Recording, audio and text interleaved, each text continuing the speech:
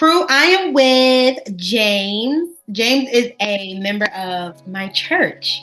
And let me tell you guys, from what I know about James, he is a worshiper. I'm an observer. And what I like when I see what takes place in our church is when men are not ashamed and afraid to lift their hands and give all they got to the Lord. Mm-hmm. Where did that come from?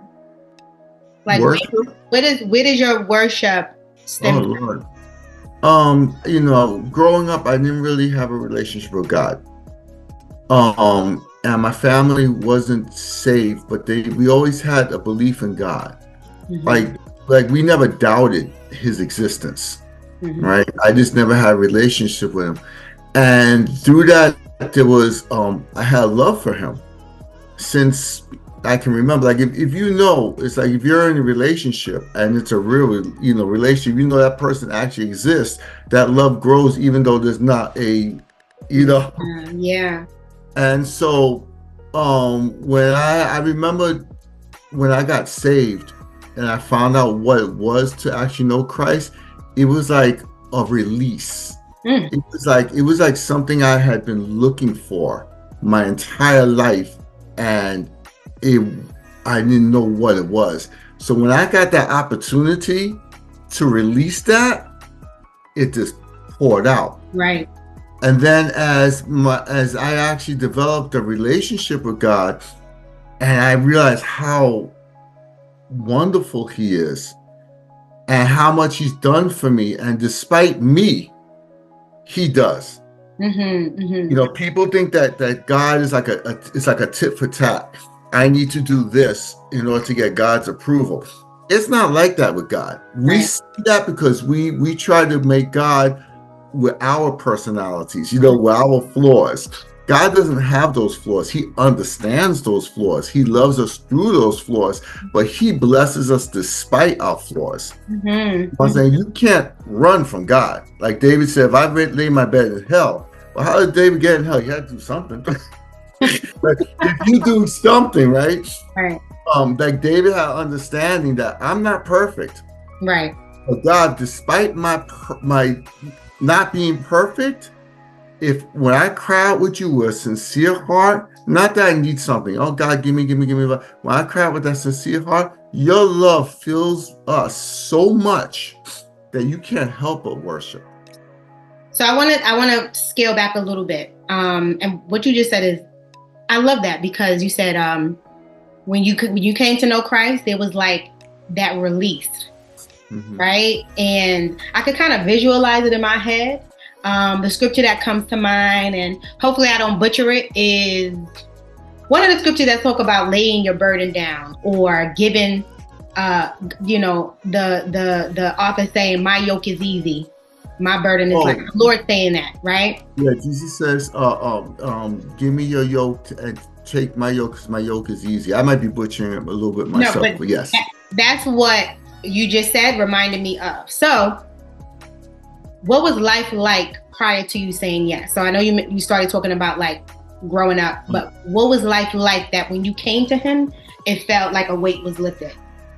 Early on, my father, he comes from an abusive household. Mm-hmm. His father was a very serious alcoholic and used to beat him and everyone. So he came from that, and he decided at a young age that he wanted to be a different type of father. Mm-hmm. So I benefit from that, but I also understood where he came from to some extent. Like I respected the fact that he had to go through that to make that decision. Having said that, that background, when my father died, I was pretty young. I was a young teenager, like around 13.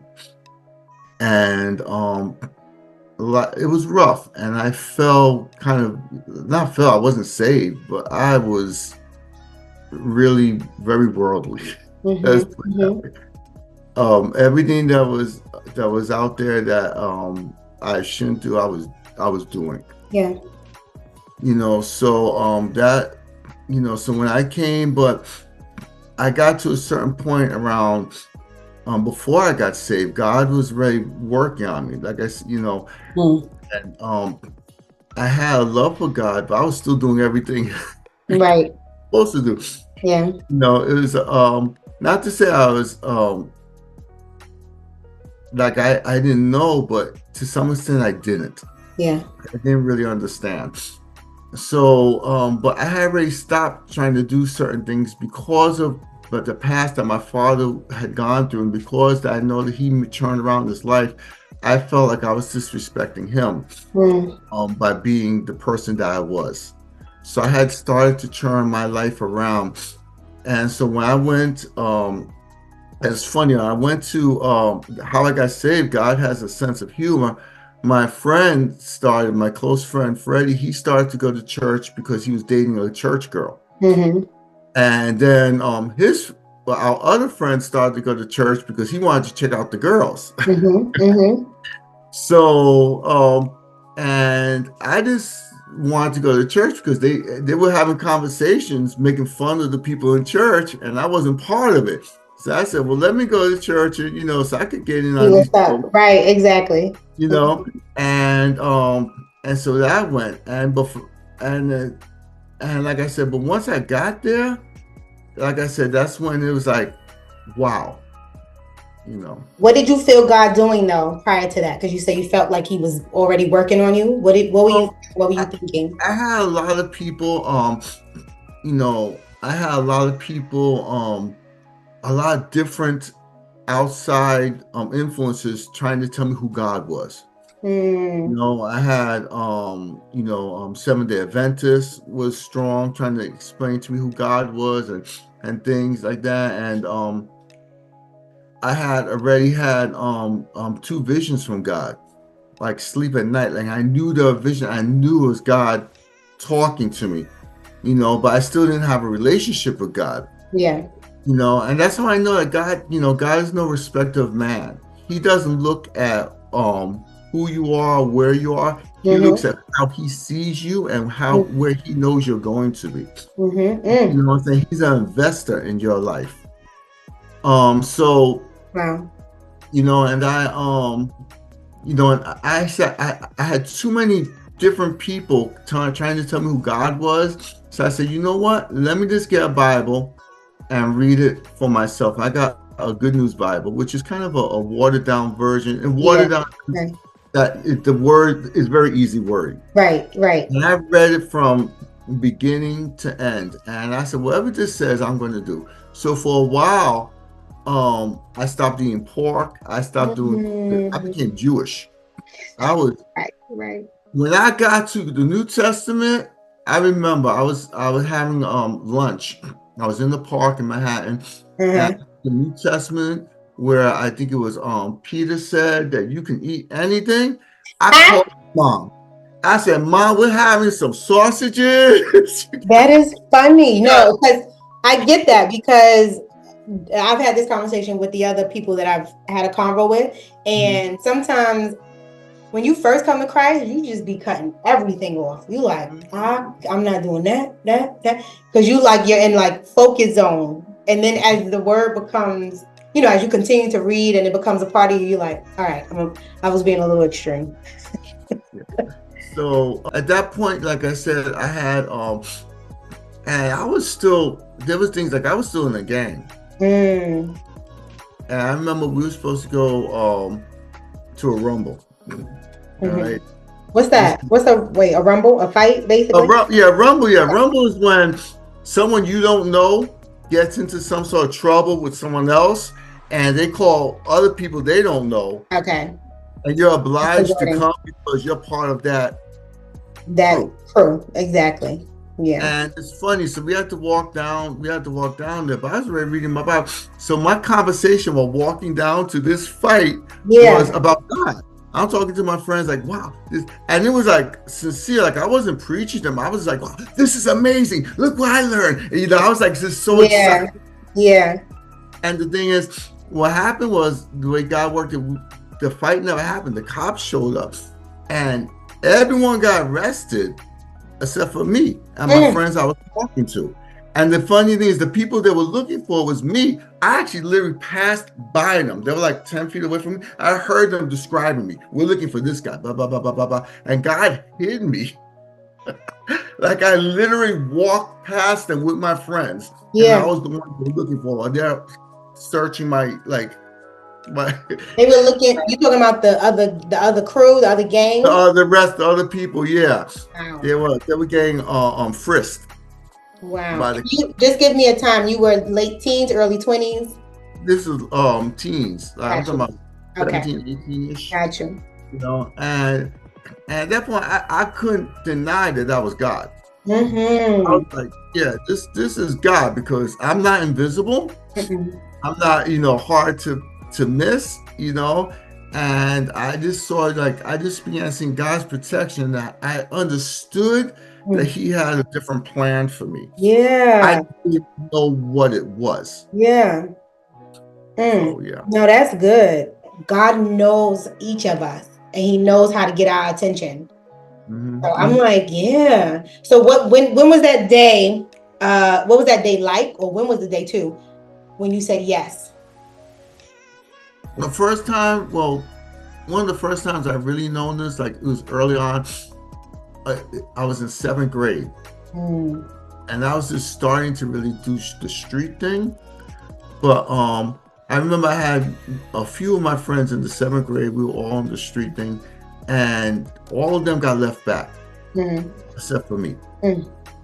And I was like, and I began seeing. I was like, I think that was God Mm. because Wow. Yeah. I'm not doing anything different than them. So what, like I was trying to logic it out. Like what was the one thing that's different? I said, oh, it had to be God. You have to And be. I began looking at God. And I want to go back to something that you said, which is I was praying yesterday because I was, nervous doing a Zoom meeting. You're doing great. Oh, thank you. And I said that, it's, people is God's love. God knows us. And you say, well, I have to go do this. I have to go do that. Sometimes God has to allow us to go through stuff in order to get us. Mm. You know what I'm saying? It's like you say, I don't want to get over biblically, but No. Adam Eve, they say, well, why did God, allow, God knew from the get-go. His thing was always Christ. Yeah. Christ was always the key. Yeah. Why if God didn't, if there was no temptation, Adam, he just blessed Adam with everything. It's like just giving a child gifts, gifts, Mm-hmm. gifts, gifts, gifts, gifts. And Mm-hmm. that child says they love you, but what happens if that gift stop? Is there a real relationship there? Is there a real love there? And I'm not saying that God wants bad things to happen because he doesn't, but God's desire is for him to love you and for you to love him. Now his part is there. Yes. Yes. So, but he needs to have, but he wants you to experience, and that love that you experience with him is greater than any trial, anything you could go through. I Anyway, was just, I was just telling somebody the other day that similar to what you were saying, like why would he cause certain things to happen, right? Because he's God, right? He can not let them happen at all, right? right. But to kind of go with that love, I said, you know what, love? I was like, I'm understanding that love is a choice. Imagine God was like, yeah, I want y'all just gonna love me, robotic. Mm-hmm. Gonna love me, whatever I say, you're gonna do. That for him to make it a choice, to me, speaks love. Mm-hmm. Right? You don't imagine being in a relationship that you don't want to be in. Forced, you like, I can't even intimacy, and you gotta and you don't love that person. That's crazy. So I think about that because I'm like, the fact that he gave us choice to love him is love. I know that's love. Do we want, like you said, do we want bad things to happen in this world? No. But there's a choice. You can come to him, you can let him lead your life. You can not to say it's gonna be perfect. It's not, we live in a fallen world, so things are gonna happen. Mm-hmm. He's always gonna be that foundation. I think of things like even my love, which is nowhere near his love. Mm-hmm. Like, my daughter, Laura. Yeah. Like, and my wife makes fun of me because she goes, "Do you remember when your daughter did this? Like, if she did something that she misbehaved." I don't remember any of those things. Ah, you. I only remember the good things. Like, if I Yeah. do to write a history of my daughter, it'd be her floating in the air and doing Yeah. good Mm-hmm. things, Mm-hmm. you know. And not to say that's not a part of her, but Yeah. my point is that when God sees us, He doesn't see those bad things. You know what I'm saying? He sees who He created. You know, you're gonna make me Mm. cry. Cut that out. Woo! That's good. No, you say that, and I'm like, I'm thinking when things do happen, it's because of the result of sin. Mhm, God is not like, yeah, I want you to mhm. have this disease, or I want you to experience this. No, it's because of the sin. I'm just saying in my head, you have me thinking about how things are. Things like that are the consequence of something happening. Like God is not like, does He allow? Yes, because this is His world, but he doesn't say, I want you to commit this sin. But if we do commit the sin, guess what? There are consequences to it. Mhm. Right? But no, I get you. You're right. I love that. I love that analogy or that comparison to you loving your daughter and him loving us. Right. It's like if you look at Psalms 23, a lot of people don't look. I look at this way. It says, Uh-huh. "Yea, though I walk through the valley of the shadow of death." Uh-huh.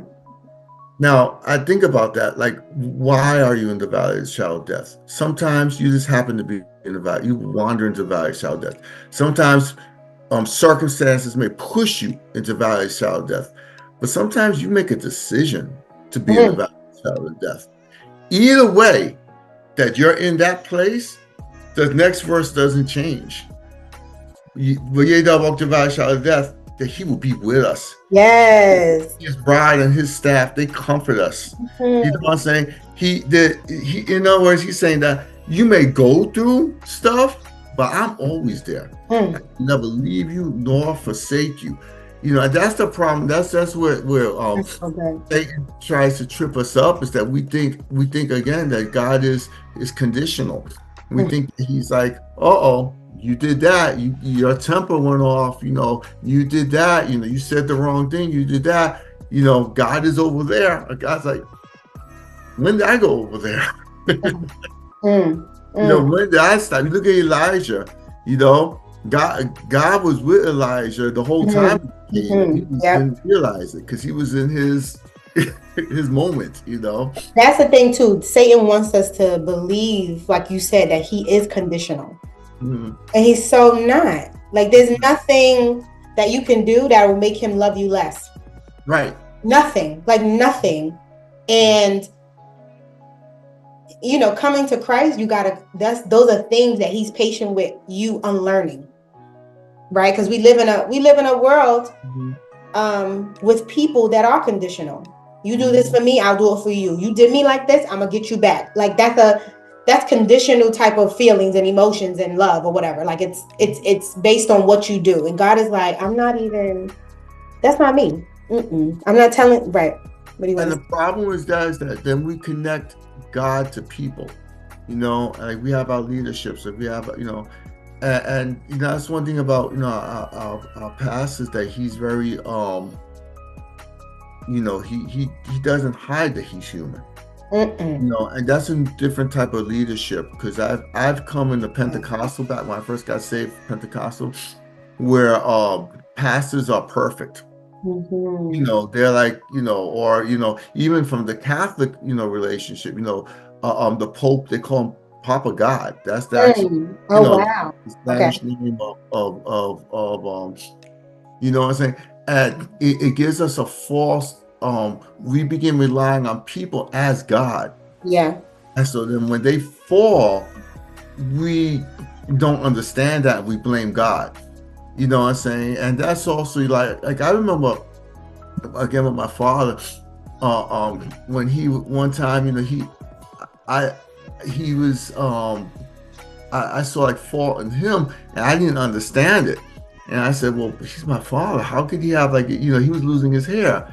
And I was like, well, how, my father's big, he's, so I remember, so I made a determination with my children to show them I have faults, Mm-hmm. because I don't want them to get to the point to see me fail, because I'm going to fail. Yep. And it's going to knock them for a loop and say, oh, because no, I'm not the end all. Yeah. I try to be a good father. I try, Ooh. God lets me do these things, but I'm going to mess up. Yes. If I mess up, don't go back to me, then go back to God, because He is all these things I'm saying about me being a father, my father being a father.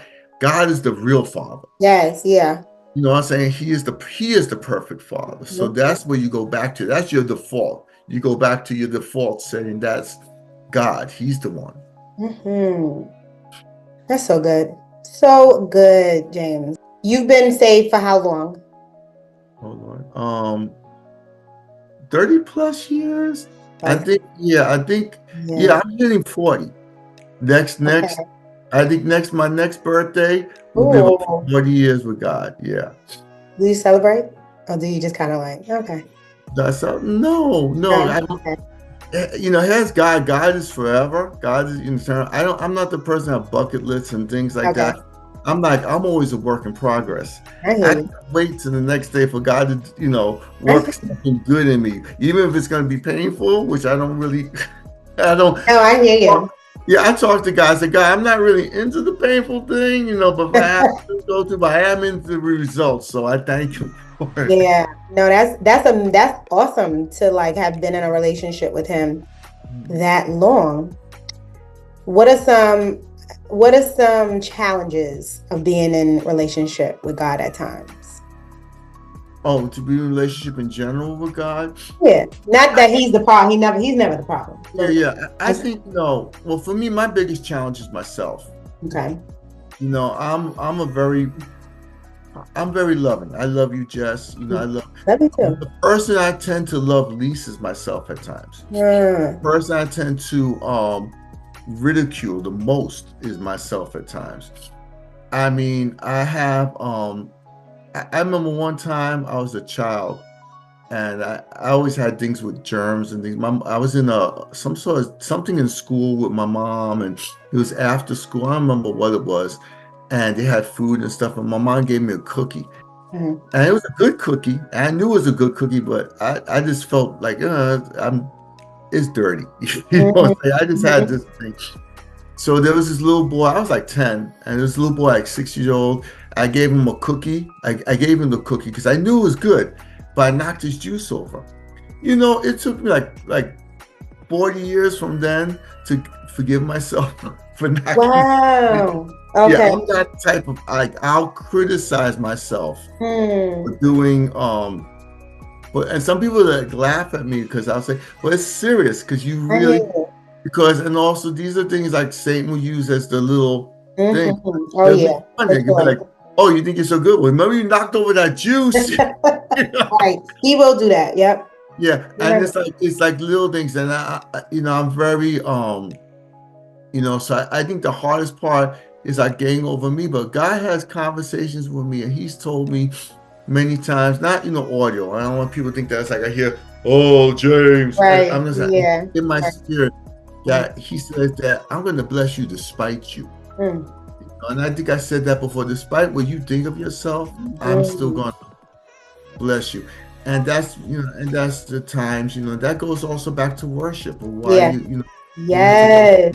Because I realized that myself, and I've come to a point now, God's really doing something even since Sunday that I've been loving myself. Not that I haven't loved myself.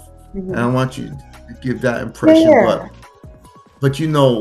like I don't like, yeah, loving, like seeing the good, Mhm. Mhm. and seeing that, and like I could see the good, and I always default, it's God, it's God, it's God. Mhm. Saying, you know what? Yeah, it is God, but it's me. Mhm. Mhm. You know what I'm saying? God made something good, and Yeah. I can see that good. Whew, that's good. Everything Yeah, he made is good. You're right. yeah. That's so true. No, and I can what you're saying comes through in your worship.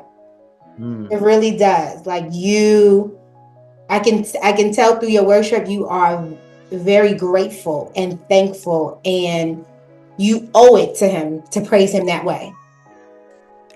So it's always a pleasure just to see people worship, honestly. Yes. How has God showed himself real to you? It's funny. My daughter and she just got married. For those people in your crew that don't Yes. Yeah. she's 27 now. She got married last year, and she's starting out new with her husband, Yeah. and they're having difficulties. Not difficulties like relationship wise. Just Getting to know each other. Yeah. life just is not magical. Doesn't this Right. like like she had to do student. She's a teacher. Yeah. And she had to do her student teaching, and she couldn't work during that period. Yeah. So she had 3 months that she couldn't work because, and it was hard on their budget. Let's put it that way. And so, and I'm trying to show them, by example that, hey, I've been through with God for 40 years. And I've been through what you've gone through. Yeah. You know what I'm saying? Label or difference, the same thing, right? And my wife and I, we've come from, we first got married, we were in the projects. We were on one income. That time I was assistant teacher. So I made money. Yeah.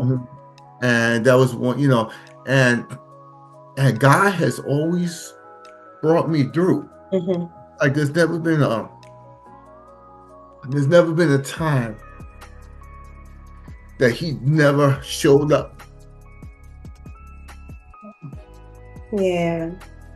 So and I'm trying to show them that, that you're gonna go through it. It's gonna be hard. You're gonna have your difficulties. You're gonna have, but and to me that's it's hard. Like, how has God been real? I mean, you can't really prove God being real. That's a matter of faith. Me personally, this is like, you go back, this is not even for worship, this is for prayer. That I can go back and I could pray over someone. I can say, God, well, the same way you helped me here. Yeah. Same way you did this for me, do more for this person. And I've had that relationship where I said, you know what, I know, I don't know how, but I know he will. Yes. Say on. Pause. I don't know how, but I know he will. Right, because and it's never the way you think. Take him out the box. Take God out. We make plans for God. God, I need you to bless me. Here's my prayer. I want you to do it. And God's like, okay. I'll take that under advisement. Right. Right. No, that is so good. That's so good. If you wanted people to know anything that comes to your mind about Jesus, what do you want them to know? What do you want them to take away, even from this conversation that we're having? That's a difficult thing, because Jesus is so personable. You know what I'm saying? He's like, so what matters to me about Jesus may be different. And, there's salvation, but I'm not belittling salvation. Salvation is the most important thing in the world. Yeah. But the Bible says that that's a basic thing. You know what I'm saying? Everyone should be saved. So move on from that point about being saved. The main thing I think that we should know about Jesus is love. Is his love for us. And there's nothing that will stop God's love for us. And it's his perfect love and his commitment to that love. So I say the most thing I want people to know is really simple. It's just love. And within that love, you get relationship. And relationship, a lot of people, they get saved and they get into religion, or they think that God is religion. Whenever I see 99.9% of the times I see Christian people on TV or on the movies or whatever, their view, the way they put them, is a religious Christian. That's not relationship. That's not actually what being a disciple of Christ is. A disciple of Christ means you're a family. You know what I'm saying? That's your father, that's your brother, that's your blood, that's the one that's gonna die for you. That's the one that died for you. You know what I'm saying? That relationship, the more you get into that relationship, the more the more you experience that love. That's what I want people to take away.